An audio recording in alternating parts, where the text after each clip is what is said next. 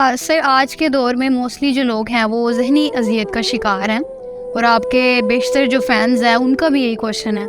तो आपकी इस बारे में क्या राय है कि हम किस तरह से ज़हनी अज़ियत से जो है ना छुटकारा हासिल कर सकते हैं? इस बारे में अगर मैं स्टार्ट करूं तो मैं सिगमंड फ्राइड है, एक साइकोलॉजी में बहुत बड़ा नाम है, नफ्सियात में। तो उसकी एक लाइन से स्टार्ट करना चाहूँगा। वो कहता है कि इंसान एक अज़ियत परस्त मखलूक है। इंसान एक अज़ियत परस्त मखलूक है कि उसको खुद को अज़ियत देकर अच्छा लगता है। उसके मुताबिक वो कहता है कि इंसान जो होता है उसके इर्द गिर्द लाखों खुशियाँ क्यों ना हो, वो एक गम को लेके बैठा रहेगा और वो उस गम को जाने नहीं देगा। वो उसका मातम भी करेगा और फिर वो उसके छुटकारे के तरीके भी पूछेगा।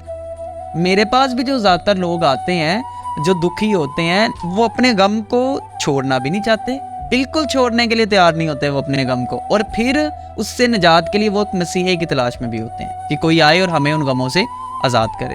तो अगर तो आप चाहते हैं ना कि अपने माजी के दुख या अपने हाल की जो घुटन है ना, इससे राय फिरार चाहते हैं, तो आपको भी चाहिए कि इसको गिरेबान से घसीटें और इस गम को कम से कम सिर्फ एटलीस्ट छोड़ने का इरादा तो करें। सबसे पहले कि अपने गमों को रिप्लेसमेंट फराहम ज़रूर करें।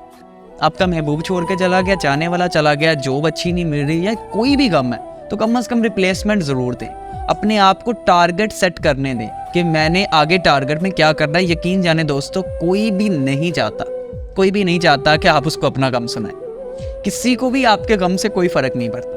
आपको कितनी पेन है, ये दूसरे को इससे फ़र्क नहीं पड़ता।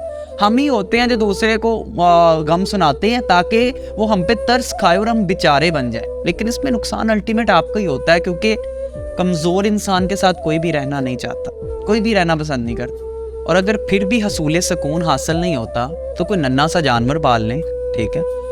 अगर वो भी नहीं कर सकते तो एक शॉपिंग बैग लें, उसमें थोड़ा सा गोश्त इकट्ठा करें और जाकर कुछ आवारा जानवरों को इकट्ठा करके उनका पेट भर दें, किसी गरीब की मदद कर दें और सबसे बढ़कर नमाज पढ़ें, आपको सुकून मिले।